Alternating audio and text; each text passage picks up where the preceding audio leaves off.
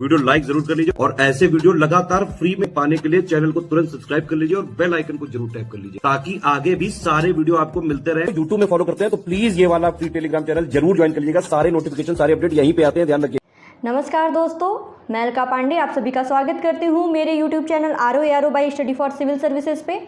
Examination के form आ रहे हैं। आई होप आप सभी की तैयारी बहुत अच्छे से चल रही होगी। देखिए, APS का आ गया, पेट का एग्ज़ाम होने ही वाला है, MPPCS का भी फॉर्म आ चुका है, इसी तरह उत्तराखंड और UPPCS के भी एग्ज़ाम हो जाएंगे। फॉर्म आ गया है, मुश्किल से 4-5 महीने हैं, तैयारी आप लोग शुरू कर दीजिए।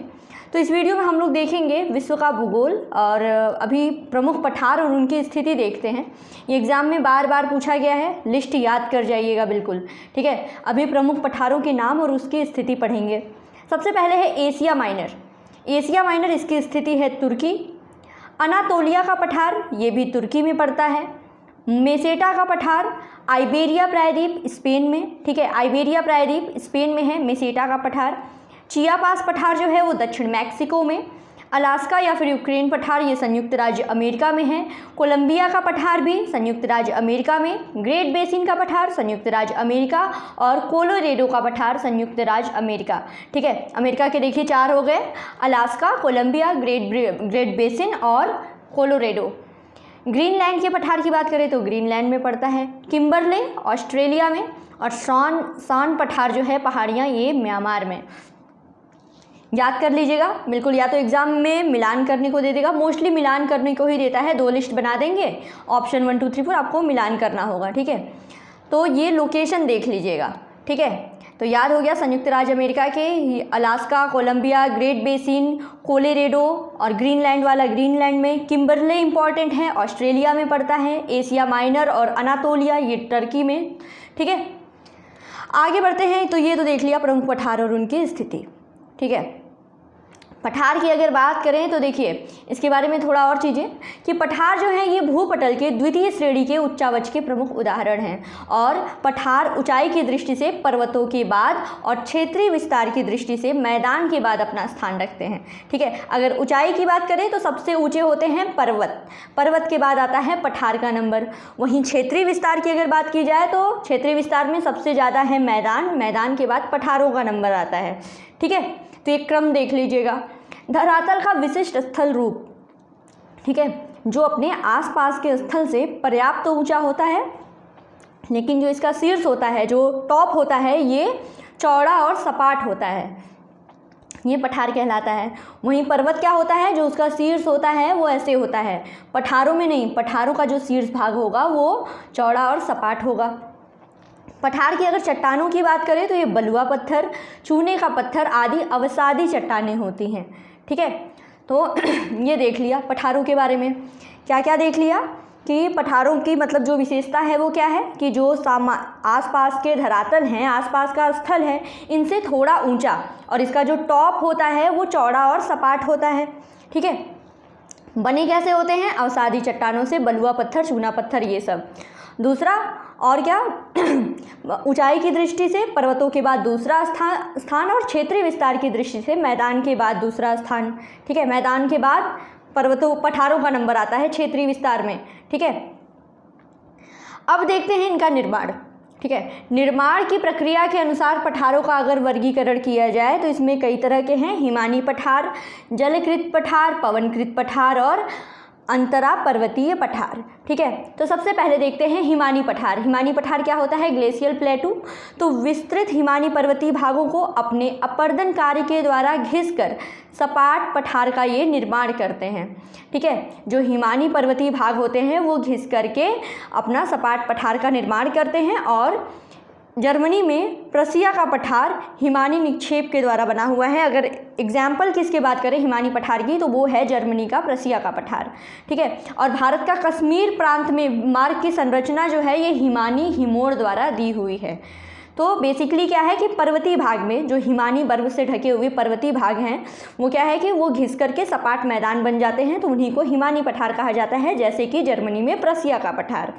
वहीं अब जलकृत पठार की बात करें यानी फ्लूवियल प्लेटू, तो ये क्या है कि जलीय पठार, इनका निर्माण जो है नदी द्वारा निक्षेप और पृथ्वी के लंबवत संचलन के कारण ऊपर उठना, इन दोनों क्रियाओं के द्वारा होता है। एक तो नदी के द्वारा जो निक्षेप होता है उसके द्वारा भी, और पृथ्वी का जो ऊपर उठना, ये जो क्रिया है इनके द्वारा होता है जलीकृत पठार का निर्माण।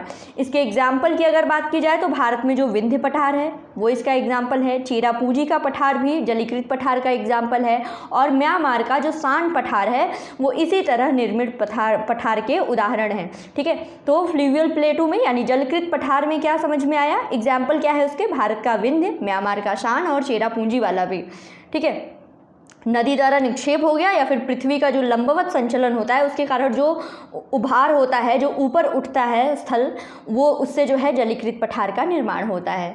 पवनकृत पठार की बात करें तो ऑब्वियसली पवन, उसमें हवा जो है इंपॉर्टेंट फैक्टर होगा, और उसका एग्जाम्पल क्या है, पाकिस्तान का पोटावर पठार और चीन का लोयस पठार, ये इसका एग्जाम्पल है पवनकृत पठार का।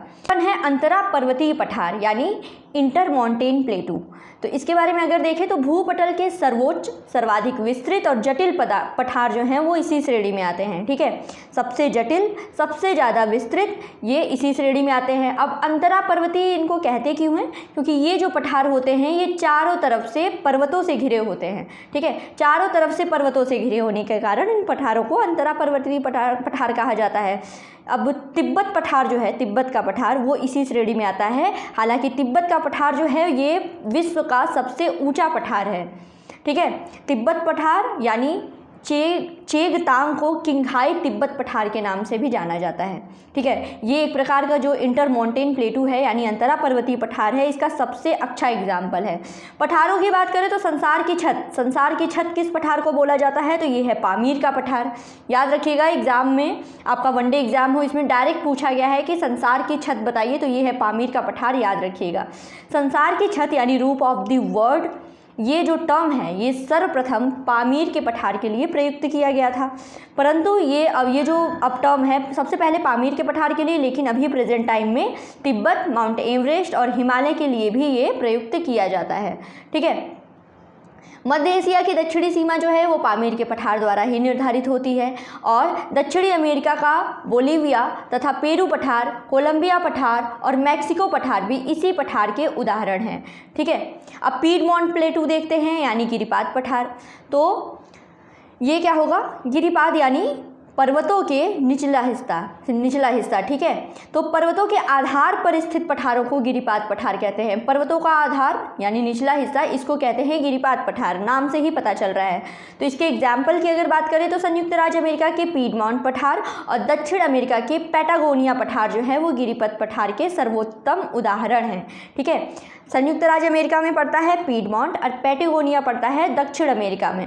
ठीक है, ये इसके जो पीडमोंट हैं यानी गिरिपद पठार हैं इसका प्रमुख उदाहरण है, और दक्षिण अमेरिका में खनिजों का जो भंडार है वो पैटागोनिया पठार को कहा जाता है। ठीक है, याद रखिएगा, खनिजों का भंडार दक्षिण अमेरिका में ये कहलाता है पैटागोनिया। ठीक है, तो ये देख लीजिएगा। ऐसे ही इंपॉर्टेंट फैक्ट्स वन लाइनर बिल्कुल ध्यान से पढ़ते रहिए, इस कंटेंट में आपको उतना ही प्रोवाइड किया जाएगा जो आपके एग्जाम के पॉइंट ऑफ व्यू से इंपॉर्टेंट है। ठीक है, गुंबदाकार पठार की अगर बात करें तो वलन क्रिया द्वारा जब स्थलखंड में इस तरह का उत्थान हो जाता है कि बीच का भाग ऊंचा हो जाए तो इसको गुंबदाकार पठार कहते हैं। ठीक है, इसका एग्जाम्पल है संयुक्त राज्य अमेरिका का ओजार्क पठार। अभी देखिए, ये टाइप्स तो आप पढ़ रहे हैं, लेकिन एक अलग से लिस्ट बनाते रहिएगा कि जितने भी पठार के नाम आ रहे हैं वो किस लोकेशन पे हैं, किस देश में हैं, कहाँ से बिलोंग करते हैं, उसकी एक लिस्ट अलग से तैयार कर लीजिएगा, बहुत ज़्यादा इंपॉर्टेंट है। जैसे ओजार्क पठार संयुक्त राज्य अमेरिका, पैटागोनिया ये है दक्षिणी अमेरिका, इस तरह से लिस्ट अलग से बनाते चलिए। जैसे जैसे पढ़ते जा रहे हैं लिस्ट अपनी कॉपी पर बनाते चलिए। आगे देखते हैं महाद्वीपीय पठार। महाद्वीपीय पठार की बात करें अगर तो प्रायद्वीपीय भारत का पठार महाद्वीपीय पठार का सर्वोत्तम उदाहरण है। प्रायद्वीपीय भारत का जो पठार है वो महाद्वीपीय पठार का उदाहरण है। ठीक है, इसमें और अन्य उदाहरणों की अगर बात करें तो अरब का पठार हो गया, ऑस्ट्रेलिया का पठार है, दक्षिणी अफ्रीकी पठार है। इसके अतिरिक्त जो अंटार्कटिका और ग्रीनलैंड में भी जो पठार हैं वो भी इसके एग्जाम्पल हो सकते हैं। ठीक है, आइबेरियन प्रायद्वीप में स्थित यूरोपीय देश स्पेन के अधिकांश भाग पर मेसेटा पठार पर विस्तृत है। ठीक है, और स्पेन की राजधानी जो मैड्रिड है वो भी मेसेटा पर है, ठीक है, याद रखिएगा। स्पेन की राजधानी मैड्रिड मेसेटा पठार पर विस्तृत है और मेसेटा पठार जो है एक प्रकार का महाद्वीपीय पठार है। तटीय पठार की बात करें, नाम से पता चल रहा है कि सागरीय तटों पर स्थित पठार, ठीक है, तो जिसमें भारत का जो कोरोमंडल तट है एक तटीय पठार का उदाहरण है, ठीक है। इसमें आधा तो आप नाम से ही गेस कर सकते हैं कि क्या चीज़ है, ठीक है। ज्वालामुखी पठार, सबको पता है कि ज्वालामुखी उद्गार से इनका निर्माण होता होगा, जिसका एग्जाम्पल अगर देख लें कि ज्वालामुखी पठार के दरारी उद्गार के कारण निर्मित पठार के उदाहरण इसमें हैं न्यूजीलैंड, दक्षिण अफ्रीका, दक्षिणी अर्जेंटीना, ब्राज़ील, पश्चिमी यूएसए, फ्रांस, साइबेरिया, ये सब, ठीक है। संयुक्त राज्य अमेरिका कोलंबिया का पठार लावा निर्मित पठार का उदाहरण है। संयुक्त राज्य अमेरिका में जो कोलंबिया का पठार है ये लावा निर्मित पठार का उदाहरण है, ठीक है। और प्रायद्वीपीय भारत का भी जो पठार है वो भी इसके अंडर में आता है। ये तो हमने देख लिया कि जैसे निर्माण के आधार पर पठारों का वर्गीकरण। अब आकृति के आधार पर देखें तो जैसी आकृति होगी गुंबदाकार, विच्छेदित, सीढ़ीनुमा, ठीक है, ये एक एक करके देखते हैं। आकृति के आधार पर देखिए गुंबदाकार, तो जिसकी आकृति गुंबद जैसी हो, तो स्थल खंड में वलय प्रक्रिया से जब मध्य का भाग ऊंचा हो जाता है तो उसको गुंबदाकार पठार कहते हैं, ठीक है। जब मध्य का भाग ऊंचा हो जाए, गुंबद जैसी आकृति बन जाए तो वो गुंबदाकार पठार होगा। इसका एग्जाम्पल है भारत में छोटा नागपुर का पठार और उजाई का पठार, ये सब। विच्छेदित पठार की अगर बात करें तो ऐसे पठार जो नदी और नालों द्वारा कटफट जाते हैं, इसको विच्छेदित पठार कहते हैं, ठीक है। जो नदी और नालों के द्वारा पहले पठार तो होते हैं लेकिन नदियों का मार्ग हो, नालों का मार्ग हो तो क्या होता है कि धीरे धीरे वो कट जाते हैं, तो उनको कहते हैं विच्छेदित पठार, जिसका एग्जाम्पल है असम का पठार, ठीक है। सीढ़ीनुमा पठार, जिसकी आकृति सीढ़ीनुमा हो, तो ऐसे पठारों का धरातल सीढ़ीनुमा प्रतीत होता है। जैसे भारत में विंध्य का पठार, ठीक है, विंध्य श्रेणी में आप गए होंगे, विंध्याचल वगैरह देखा होगा, विंध्य का पठार जो है वो सीढ़ीनुमा प्रतीत होता है। फिर उसके बाद है पुनर्युवित पठार। तो पठार की जीर्णावस्था के बाद यदि पठार में पुनः फिर से उभार आता है तो वो ज़्यादा ऊँचा हो जाता है, ठीक है। तो ये जो है ऐसे पठार जो जीर्णावस्था के बाद फिर से उसमें उभार होता है, ज़्यादा ऊंचाई उनकी हो जाती है, तो वो पुनर्युवित पठार कहलाते हैं, जिसका एग्जाम्पल है मिसौरी का पठार और रांची का पठार, ठीक है। तो ये तो हमने देख लिया आकृति के आधार पर पठार कैसे होते हैं। अब आता है जलवायु के आधार पर पठारों का वर्गीकरण, ठीक है। जलवायु के आधार पर जलवायु जैसी होगी शुष्क, आर्द्र, हिम, तो वैसे ही 3 प्रकार के पठार। तो शुष्क पठार तो कैसे होंगे, शुष्क कहाँ पे होंगे, मरुस्थलीय क्षेत्रों में या फिर शुष्क प्रदेशों में, ठीक है। तो मरुस्थलीय एवं शुष्क प्रदेशों में स्थित पठारों को शुष्क पठार कहते हैं। इसका एग्जाम्पल है पोटाबार का पठार, अरब का पठार और पेटागोनिया, ठीक है। आर्द्र, जहाँ पे जलवायु आर्द्र होगी तो सघन वर्षा के क्षेत्रों में स्थित पठारों को आर्द्र पठार कहते हैं। जैसे कि असम हो गया, मेघालय हो गया, यहाँ पे क्या है कि सघन वर्षा के क्षेत्र हैं ये, तो यहाँ पे पाए जाने वाले जो पठार हैं वो आर्द्र पठार की श्रेणी में आएंगे। हिम पठार जहाँ पे हिम जो है आच्छादन जहाँ पे अधिक हो, जैसे ध्रुवीय क्षेत्र वगैरह हो गए, तो ध्रुवीय प्रदेशों और हिमाच्छादित भागों में पाए जाने वाले पठार जो हैं वो हिम पठार कहलाते हैं। इसमें क्या है, ग्रीनलैंड के पठार आ जाएंगे, अंटार्कटिका के पठार आ जाएंगे, ठीक है। तो ये हमने देख लिया पठारों का वर्गीकरण जलवायु के आधार पर, आकृति के आधार पर, या फिर उनका निर्माण जैसे होता है निर्माण क्रिया के आधार पर, ठीक है। तो अभी इस वीडियो में इतना ही, ठीक है। इस वीडियो में पठार हमने कंप्लीट कर लिया। अब नेक्स्ट वीडियो में आगे पढ़ेंगे हम। तो देखिए दोस्तों, अब सितंबर ख़त्म हो चुका है, अक्टूबर चल रहा है, अक्टूबर का भी 1 हफ्ता ख़त्म हो गया है। अब बिल्कुल अपनी तैयारी में लग जाइए, RO का एग्ज़ाम आने ही वाला है। अभी करंट में APS का फॉर्म और MP PCS का फॉर्म भरा जा रहा है। इसके बाद आपका उत्तराखंड PCS और UP PCS का नंबर आएगा, तो समय आपके पास तो बहुत कम है, ठीक है। अक्टूबर, नवंबर, दिसंबर, इधर 3 महीने हो गए और उधर और 4 महीने जोड़ लो, और साथ में बीच में आपका होली, दिवाली, दशहरा। तो अभी से बिल्कुल प्रिपरेशन में लग जाइए, मुश्किल से 5-6 महीने हैं आपके पास, ठीक है। बाकी हमारे इस चैनल पे आपको GK, GS, करंट अफेयर्स के MCQ सब कुछ प्रोवाइड कराया जा रहा है। शॉर्ट्स के माध्यम से मैं आप लोगों को अपडेट करते ही रहती हूँ। और ज़्यादा जानकारी के लिए अगर आप कोई पेड ग्रुप वगैरह ज्वाइन करना चाहते हैं तो ये देखिए, ये नंबर है, ठीक है। इन नंबर्स पे आप कांटेक्ट कर सकते हैं। आपको जिस भी एग्जाम की तैयारी करनी हो, आपको पेट की तैयारी करनी हो, आपको MP PCS, UP PCS, RO, समीक्षा अधिकारी, APS, जिस भी एग्जाम की तैयारी करनी हो, स्टडी फॉर सिविल सर्विसेज की टीम की तरफ से आपको बेस्ट मटेरियल सब कुछ प्रोवाइड कराया जाता है।